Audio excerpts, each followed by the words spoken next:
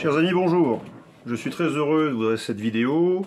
Je l'adresse bien entendu à toutes les personnes qui me soutiennent, mais également à tous les trolls qui me pourrissent, à tous les indiques, on en parlera dans cette vidéo, qui donc réalisent un travail de sape à mon détriment, mais aussi au détriment de beaucoup de personnes qui sont membres de l'association. Je vais bien sûr parler dans cette vidéo, non pas de la procédure judiciaire, parce que je n'ai pas le droit de parler de cette procédure judiciaire, mais bien parler de ce qui pourrait être extérieur à une forme de procédure judiciaire, donc à toute forme de procédure pénale, et qui pourrait s'apparenter à une forme de barbouzerie légère. Alors la barbouzerie lourde, vous connaissez bien sûr cette référence au film de Lautner, et avec ces dialogues aussi bien amenés et sertis, qui étaient donc les dialogues de Michel Audiard. Donc j'ai intitulé cette vidéo Barbouze, parce que c'est en fait un petit peu ce que je subis, à titre léger, depuis hier. Alors je vous rassure, j'ai pas de menace sur ma tête, on parle pas d'assassinat, on parle pas de voitures piégées, ou de colis piégés, ou de menaces diverses et variées, c'est pas ça. C'est quelque chose qui est assez particulier, et qui donc dont je vais vous parler, parce que j'ai tout d'abord, j'en ai discuté tout d'abord avec mes avocats, mon avocat en particulier, et il m'a dit, écoutez, oui, ce genre de démarche, ce que je vais vous expliquer, ne s'apparente pas du tout à de la procédure pénale, loin de là même, et effectivement, c'est quelque chose qui pourrait justement être porté au détriment de l'investigation, dans la mesure où eh bien, les policiers, je vais vous le dire, ont manifestement, je dis bien manifestement, contacté des personnes qui ont été à mes côtés pendant des mois. Une personne en particulier dont je n'avais pas parlé depuis maintenant quasiment 2 mois, qui est donc mon ancien chauffeur. Eh bien, ce que je suspectais il y a 2 mois, enfin quasiment 3 mois, est en train de se produire. Les masques sont en train de tomber. Depuis hier soir, j'ai reçu, on m'a envoyé une transcription vocale d'un échange qui a eu lieu entre cette personne, donc un dénommé que vous connaissez tous, qui a été donc mon ancien chauffeur, et qui donc a avoué, donc sur un salon Telegram, être toujours en communication avec la police. Alors, vous et moi, quand on est en communication avec la police, c'est quand la police, par exemple, vous convoque. Elle vous convoque au commissariat pour effectuer un dépôt de plainte, une déposition, quel que soit. Mais la police ne s'amuse pas à vous contacter simplement pour raconter sa vie ou que vous racontiez la vôtre. Si la police vous appelle en dehors d'une convocation ou d'un dépôt de plainte ou de quoi que ce soit d'une procédure, ça veut peut-être dire en fait que la personne qui est appelée travaille pour la police, est un indique de la police. Alors en soi, fondamentalement, je n'ai rien contre les indiques ou les sources, parce que j'en avais moi-même recruté quand j'étais au renseignement. C'est un travail quotidien. Voilà, la police nationale, la gendarmerie nationale et les services de renseignement utilisent des sources, mais là, en l'occurrence, c'est une personne qui m'a été visiblement donc mise dans les pattes, et qui donc depuis des mois s'emploie à renseigner tout ce que nous faisons, et maintenant est même en train d'essayer de subvertir différents membres de l'association pour qu'ils déposent plainte contre moi, et tenez-vous bien, à quelques jours d'une audience. Parce que, chers amis, ce qui se passe actuellement, c'est qu'après quasiment 6 mois, 6 mois à partir de mon interpellation, de ma garde à vue et de mon emprisonnement. Ça fait quasiment 6 mois, nous y sommes. Ces 6 mois sont passés, mais avant cela, il y avait déjà encore 3 mois d'investigation, donc ça fait quasiment 9 mois d'investigation. À la date où j'ai été interpellé et où j'ai été placé en garde à vue 48 heures et ensuite incarcéré, en préventive, je le dis, donc c'était une détention provisoire, j'étais prévenu, il n'y avait pas suffisamment d'éléments graves et concordants pour, à mon sens, je dis bien à mon sens, m'amener en prison.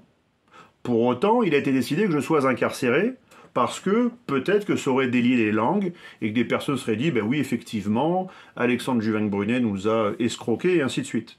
Sauf que le problème, c'est que personne, je dis bien personne, pendant les 4 mois de prison ferme, où je n'avais de contact avec quasiment personne, personne n'a déposé plainte. Pour une raison simple, ce que j'ai d'ailleurs expliqué à la magistrate, c'est que nous n'avons jamais fait ombre, jamais fait dissimulation de nos intentions, de mes intentions par rapport à ce que nous voulions faire. Donc 98-99% des êtres humains et de surcroît citoyens français qui nous ont suivis ont compris que à l'heure de mon interpellation et à l'heure des saisies judiciaires des sommes qui nous avaient été confiées au titre de l'association et moi en tant que président, ces sommes, je n'y ai pas accès parce que c'est la justice qui les a saisies, pour des raisons absolument légitimes si ça colle à une procédure pénale. Là-dessus, il n'y a pas de problème. Mais donc, voilà pas que hier, donc aujourd'hui nous sommes jeudi, donc hier mercredi, eh bien, manifestement, alors je prends des gants bien sûr, mais manifestement, la police judiciaire de Toulon aurait appelé donc cet indique, cette source, enfin entre guillemets cette balance, pour lui demander des informations sur les personnes qui seraient susceptibles de déposer plainte, pourquoi pas, mais cette personne donc est en lien avec la police nationale, qui l'appelle, normalement. Et je vous le dis, c'est quelque chose qui n'est pas justement normal, à moins que vous soyez une source, une balance, un indique. Bref. Pourquoi font-ils ça?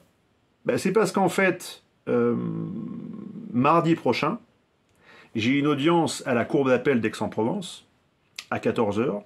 Donc j'y serai à 13 h, une heure avant, si des personnes veulent m'y croiser pour qu'on discute, qu'on prenne un café, différentes choses. Mais à 14 h, j'ai cette audience, qui est en fait une requête qui a été déposée pour demander l'annulation de la mise en examen sur le fond du dossier, et le fond étant qu'il n'y a pas de dépôt de plainte depuis le début de cette affaire. Il n'y a pas de dépôt de plainte depuis le début de cette affaire. Donc vous comprenez qu'au bout de 9 mois de procédure, 4 mois d'emprisonnement ferme, et encore 2 mois où je suis emprisonné ici, qui n'est toujours pas dépôt de plainte, ça fait un petit peu de tâche sur un dossier. Et peut-être que la police judiciaire a elle-même été, peut-être, appelée par le parquet, le procureur, qui lui-même a été appelé par le garde des Sceaux, parce que, en fait, la chancellerie elle-même, et pourquoi pas le cabinet du président, est au courant, et ont mis une petite alerte en disant « on va faire un point de situation une semaine avant le 6 juin, pour savoir ce qu'il en est ». Et le problème, c'est qu'une semaine avant le 6 juin, je vous le dis parce qu'en fait, nous avons, via mes avocats, accès à ce qu'on appelle le GEX, c'est-à-dire un système d'échange électronique qui permet en fait de consulter les pièces de procédure quasiment en temps réel. Il n'y a pas eu de dépôt de plainte, toujours pas. Et donc ça pourrait gêner l'accusation, parce que mardi prochain, quand on va justement plaider pour cette annulation de la mise en examen, qui pourrait mettre en fait, qui pourrait aplatir tout ce qu'on m'a mis sur le dos et dégonfler totalement le dossier, donc, et toutes les choses dont on m'accuse depuis maintenant, ça va faire maintenant plus de 6 mois. Enfin, si on ouvre la procédure, ça fait maintenant 9 mois. Eh bien, en fait, c'est embêtant, c'est délicat pour l'accusation. Parce que nous avons des éléments de fond. J'ai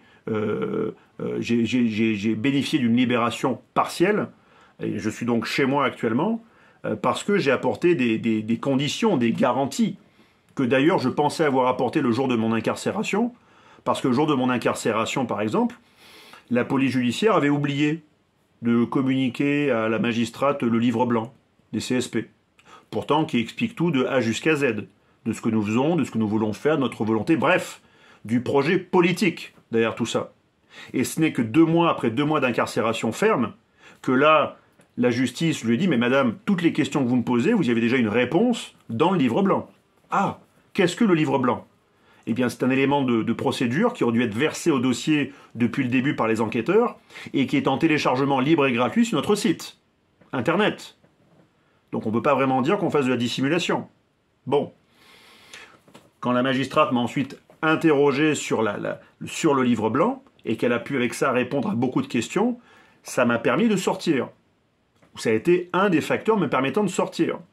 Depuis que je suis sorti, depuis ce 15 mars, qu'est-ce qui s'est passé? Eh bien, pas grand-chose, chers amis. Ça, on va approcher du 3e mois. Pas grand-chose. Et là, mardi prochain, 6 juin, à Aix-en-Provence, à la cour d'appel d'Aix, nous allons plaider ça. Alors pourquoi je parle de barbouzerie légère Et c'est un message que j'envoie aussi aujourd'hui à la police nationale. Vous êtes des policiers. Vous êtes la police nationale, la nation. Vous n'êtes pas au service de quelques mafieux qui ont pris le contrôle de l'appareil d'État et qui vont vous donner des ordres absolument contraires à votre éthique. Vous avez une éthique policière. Je sais que vous êtes des limiers, vous êtes des chiens de chasse. C'est ça la PJ. Et c'est d'ailleurs la beauté de votre travail, bien sûr. Mais quand on vous donne l'ordre de coûte que coûte, réunir des plaintes de façon désespérée, quasiment désespérée, à 4 jours d'une procédure, à 4 jours d'une audience, pardon, vous pensez pas que c'est un peu tiré par les cheveux? Vous pensez pas que nous, on va le percevoir en fait comme une manipulation grossière de la justice, de l'état de droit? C'est une manipulation grossière. Et si c'est avéré, c'est grave. Parce que cela veut dire que, et vous le savez chers amis, tout est contrôlé politiquement en France. Il n'y a plus de séparation des pouvoirs, ou la séparation des pouvoirs bat de l'aile. Et là, vous en avez un exemple. Parce que cette barbouzerie n'est pas isolée. Je viens de vous dire à l'instant que quand j'ai été incarcéré, c'était avec une suspicion, une présomption d'existence d'éléments graves et concordants, mais qui, depuis, n'ont toujours pas été réunis. Pourtant, il y a eu des écoutes. Pourtant, il y a eu du traçage de géolocalisation. Pourtant, il y a eu des gardes à vue. Alors, l'indic dont je parle, la source, lui, il n'a pas fait de garde à vue. Hein. Il est passé 30 minutes dans les bureaux de la police, alors qu'il m'avait suivi pendant 4 mois, sur mon trajet. Par contre, des personnes qui, elles, m'avaient suivi juste une semaine, ils se sont tapés 8 à 10 heures de garde à vue. Vous voyez un peu l'histoire. Donc, il y a eu des gardes à vue, il y a eu des convocations de souscripteurs qui n'ont pas déposé plainte.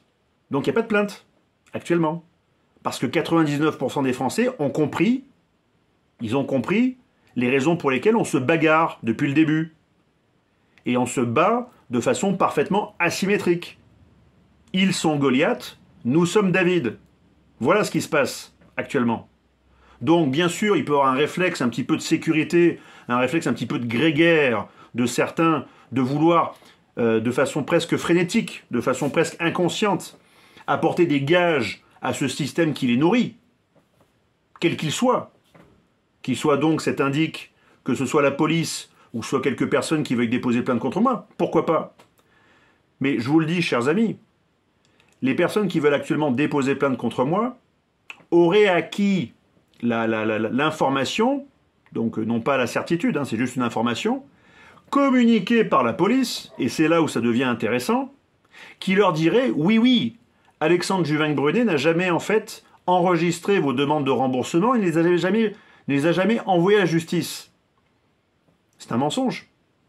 Et preuve en est, si la police avait fait son travail élémentaire de consulter le greffe de l'instruction, il verrait que toutes les demandes ont été enregistrées. Toutes les demandes de remboursement ont été enregistrées pour une raison simple. Et d'ailleurs, je l'ai appelé en vidéo il y a plusieurs semaines.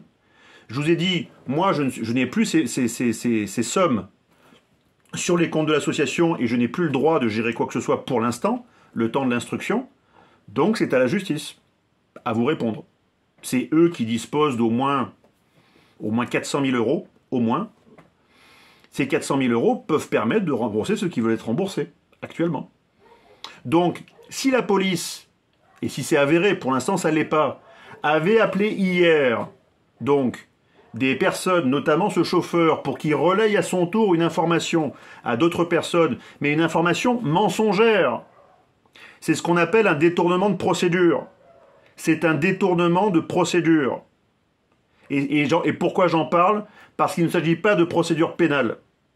Alors je vous le dis, chers amis de la police judiciaire, qui me regardez, parce que vous allez me regarder, ou chers agents de la DGSI, parce que vous regardez toutes mes vidéos, vous êtes missionnés par le pouvoir pour regarder toutes mes vidéos, n'oubliez pas que sur mon col, c'est du bleu, blanc, rouge. Hein. Sur mon col, c'est du bleu, blanc, rouge. On parle des mêmes choses. On parle de la nation. On va se battre pour elle. Ne l'oubliez pas.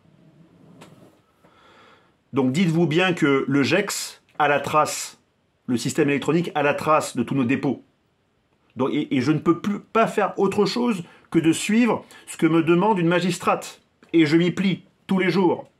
Tous les jours, j'ai entre 2 heures et 4 heures de liberté, pas plus. Parce que c'est la magistrate qui m'y autorise ou pas.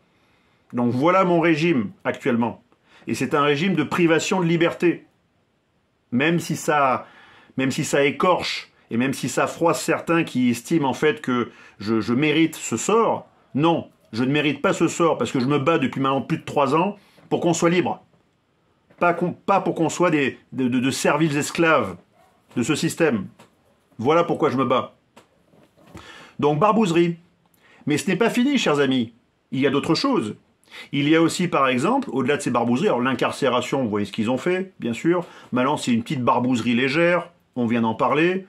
C'est absolument illégitime et surtout illégal. Et bien sûr abject, moralement. Bref. Mais il y a aussi l'autre information venant du Conseil constitutionnel. Parce qu'en fait, vous apprendrez ce soir que le Conseil constitutionnel a décidé de me rendre inéligible pendant 1 an. Voilà. Merci. Merci d'être venu. Et je vais vous dire pourquoi. Parce qu'en fait, quand j'ai participé à la législative, donc c'était entre avril et juin 2022, il s'agit que j'ai perdu. J'avais réussi à réunir 414 voix et 1,13% donc du corps électoral rassemblé. Donc j'ai été battu à plat de couture. Bref. Le Conseil constitutionnel m'avait demandé de justifier une somme qu'il estimait non justifiée, qui était établie, tenez-vous bien, vous êtes bien accrochés là, 1 900 euros. 1 900 euros. 1 9 0 0. Il a fallu que je justifie cette somme. Et je l'ai justifié en expliquant au Conseil constitutionnel que ce n'est pas le parti qui avait payé cette somme-là, parce qu'il n'en avait pas le droit, c'était moi, de ma poche, personnelle. Voilà, et je pouvais le prouver. Le Conseil constitutionnel a arbitré et s'est dit, on va le rendre inéligible. Alors je rappelle ce qu'est le Conseil constitutionnel. C'est censé être le garant de nos libertés, le garant de la Constitution. Le Conseil constitutionnel est bien évidemment une institution qui est un modèle de vertu, présidé par un certain Laurent Fabius, que vous connaissez. Vous connaissez le passé judiciaire de M. Fabius. Autour de lui, il a bien sûr des conseillers honoraires, différentes personnes, mais il y a aussi un certain Alain Juppé, dont vous connaissez lui aussi le passé judiciaire. Et donc ce sont ces personnes qui nous rendent inéligibles, alors qu'elles avaient sous le nez, lors de l'élection présidentielle 2022, les preuves qu'il y avait des présomptions lourdes de corruption, de trafic d'influence et d'infiltration étrangère et de subversion dans la campagne du candidat Macron. Je suis inéligible pour 1 900 euros. Macron, il a recruté, ou il s'est fait prêter des prêtés alors qu'il n'y a pas eu en fait de paiement de masse salariale par l'organisation En Marche. Il s'est fait prêter des conseillers venant de McKinsey. Oh la belle affaire. C'est pas le même McKinsey qui a, je crois, récolté depuis la bagatelle d'1 milliard d'euros à travers des conseils pour la majorité fumeux et des PowerPoint à 30 millions d'euros pièce. Des PowerPoint à 30 millions d'euros pièce. Mesdames, messieurs du Parquet national financier, du PNF, ça vous parle ? Est-ce que vous allez continuer à nous prendre pour des cruches encore longtemps ?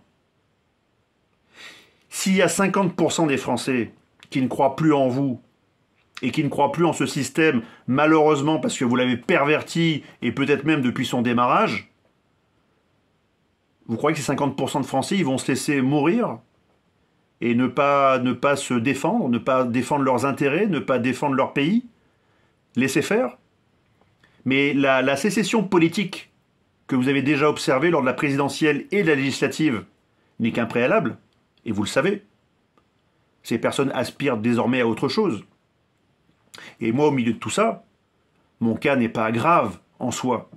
Il y a la guerre en Ukraine, il y a l'hyperinflation qui touche tout le monde, il y a le scandale de cette arme biologique qui a été utilisée au détriment de millions de personnes, pour modifier leur génome et pour insérer dans leur corps du matériel biologique programmable. Toutes ces choses-là qui vont exploser. parce qu'elles ont arraché la vie ou arraché la santé à des milliers, voire et peut-être un jour des millions de nos compatriotes. C'est ça dont on parle. Vous croyez que ces personnes-là vont laisser faire? Vous croyez qu'ils n'ont pas encore plus de colère que moi? Je vous donne l'impression d'être en colère? Certains, c'est pas de la colère qu'ils ont, c'est de la rage. Une rage. Une rage très silencieuse, mais une rage. Donc, pour récapituler, je suis poursuivi en justice. J'ai été incarcéré pour des éléments graves et concordants que l'on recherche encore. Je suis toujours en privation de liberté. Je remercie toutefois la magistrate qui nous a autorisé à organiser un congrès national citoyen les 17 et 18 juin. Merci. C'est le week-end de la solennité du cœur de Jésus, et c'est également le 18 juin l'appel du général. Merci pour ça. Et enfin, je suis rendu inéligible par le Conseil constitutionnel, concomitamment, fortuitement, opportunément. Et il y a encore des crétins qui pensent que je suis de l'opposition contrôlée. Mais vous savez, si je suis de l'opposition contrôlée, prenez ma place en prison. Hein. Aucun problème. Observez depuis la prison combien l'association qu'on a essayé de monter à bout de bras a été attaquée. Heureusement que cette association est solide, qu'on a essayé de la réunir sur un socle solide, et que sur les 2000 membres actifs, il y a quasiment encore plus de 1600 membres actifs. Donc on a subi une décrue de 20%, ou plutôt un dégraissage de 20%. Tant mieux qu'elle ait été solide. Mais c'est tout ce à quoi j'ai assisté depuis la prison, impuissant. Et je suis toujours relativement impuissant, des choses que je ne peux pas faire, bien sûr. Donc tout ceci prendra bientôt fin, chers amis. Et donc si je devais envoyer un dernier message à la police nationale, ne vous couvrez pas d'opprobre. Ne suivez pas sans réfléchir les ordres qui vont vous être donnés. Pas que pour moi, mais pour aussi le reste du peuple français. C'est important. Parce qu'on défend les mêmes couleurs. On défend le peuple. N'oubliez pas que vous êtes membre de l'appareil d'État en tant que policier et que membre de l'appareil d'État, votre salaire tous les jours est payé grâce à l'impôt des citoyens. Et n'oubliez pas que la justice rend la justice au nom du peuple français. Et donc que les quelques parasites qui sont au sommet de l'appareil d'État et qui l'ont infiltré à grand renfort de corruption, de compromission et avec l'aide de l'État profond, toutes ces personnes-là, un jour disparaîtront. Parce qu'un corps social ne peut pas vivre de façon pérenne avec du parasitage. Ce parasitage prendra fin quand le corps social se trouvera en situation de risque sur sa propre survie. Et c'est le cas, on y arrive. Il y a des risques majeurs sur la survie du corps social français, de la France, de sa civilisation, bien au-delà des fumées mensongères de la République. Voilà où nous sommes. Donc s'il vous plaît, arrêtez vos barbouzeries. Arrêtez. En tant que policier, vous n'êtes pas là pour tordre la vérité. Vous êtes là pour apporter des éléments permettant à la justice la manifestation de la vérité. Donc si je suis un salaud, mettez-le en évidence avec des preuves matérielles. Si je ne suis pas un salaud, mettez-le en évidence avec des preuves matérielles. Et là, vous aurez aidé la justice de votre pays. Et là, vous aurez aidé le peuple français. Et là, vous aurez fait un pied de nez magistral aux parasites. C'est pas eux qui vous payent. C'est les Français qui vous payent.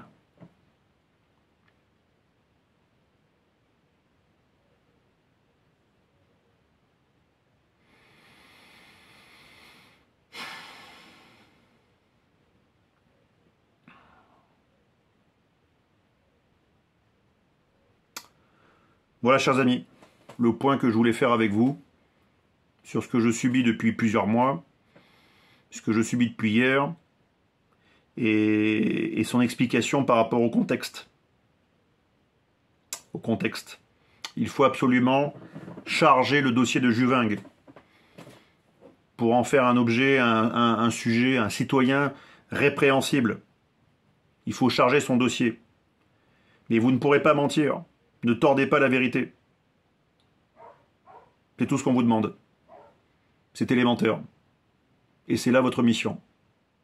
Même si tous les jours, on vous détourne de cette mission. Par rapport à tout ce que vous voyez. Votre impuissance. Vous êtes impuissant dans beaucoup de situations. Vous ne pouvez plus rien faire. La justice elle-même, parfois, est impuissante aussi. Mais pour autant, vous pouvez encore vous comporter de façon digne. Ne mentez pas à mon sujet. Vous avez essayé de mentir à des personnes à mon sujet de choses que je n'avais pas faites. Je le sais. Et vous l'avez entendu parce que j'ai piqué une colère quand j'étais en prison au téléphone. Et je sais que tout est écouté. Donc cette colère, elle vous était adressée. Parce que vous étiez en train de mentir à mon sujet. Mentir. Parce que certains parmi vous sont des feignants. Ils ne veulent pas travailler. Ils ne veulent pas aller chercher les informations. Ils ne veulent pas enquêter. Ils attendent que ça tombe. Tout cuit. Un devis n'est pas une facture. Donc j'ai jamais foutu les pieds au Negresco, si vous voyez ce que je veux dire. On avait demandé une proposition commerciale au Negresco. Une proposition commerciale ne veut pas dire qu'on dort le soir au Negresco. On dort à l'hôtel Ibis le soir, à Nice. Pas au Negresco. Si vous voyez ce que je veux dire, messieurs de la police judiciaire de Toulon. Donc ne mentez pas aux gens qui m'ont soutenu, en me faisant passer pour un salaud avec de fausses preuves, avec des mensonges. Ne mentez pas aux gens comme hier, en leur disant qu'on n'a pas déposé les demandes. Au GEX, tout a été déposé. Allez à l'instruction, allez au greffe. Voilà ce que je pense. C'était mon cri du cœur.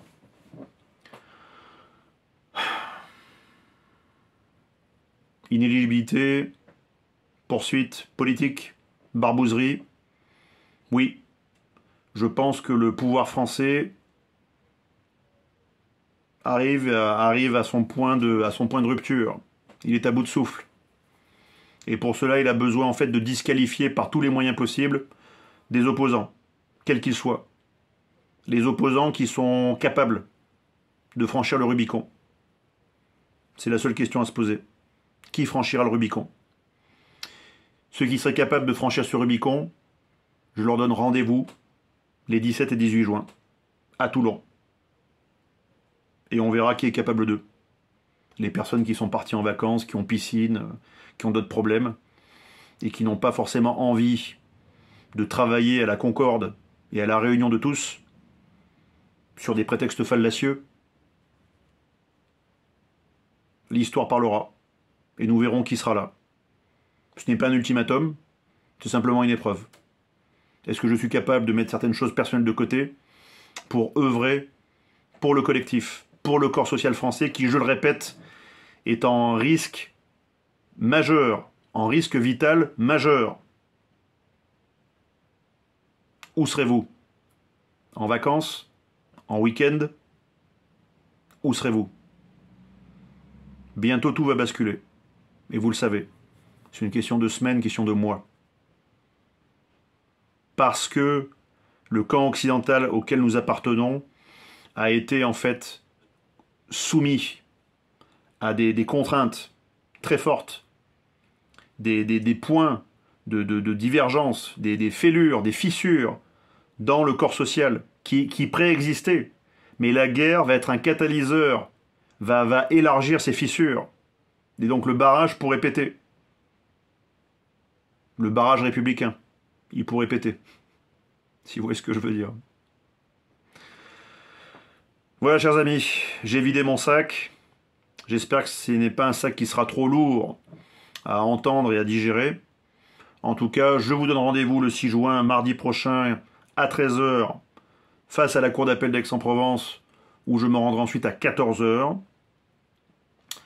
Et sinon, je vous donne rendez-vous les 17 et 18 juin, à Toulon, Fondation La Castille, pour essayer de se réunir, de remonter nos cœurs, de rehausser nos cœurs, mais aussi de préparer l'après. C'est important, de préparer l'après. Parce qu'on ne pourra pas faire face à certaines situations très dures, très engageantes, si on n'a pas un avenir souhaitable qui ait déjà été au moins partiellement défini. Ce serait dangereux. Sinon de se mobiliser pour autre chose, pour des promesses fumeuses. Autant se mobiliser sur un projet de société clair, identifié, cohérent, articulé. Oui, ça c'est important. Et voilà pourquoi le Congrès aussi intervient pour cela. Il n'intervient pas que pour les CSP pour qu'ils se réunissent, bien sûr, c'est pour nous remobiliser, mais aussi pour préparer les futurs. Et j'espère, les futurs qui chantent. Voilà pour la note d'espoir finale, chers amis. Je vous souhaite une excellente soirée.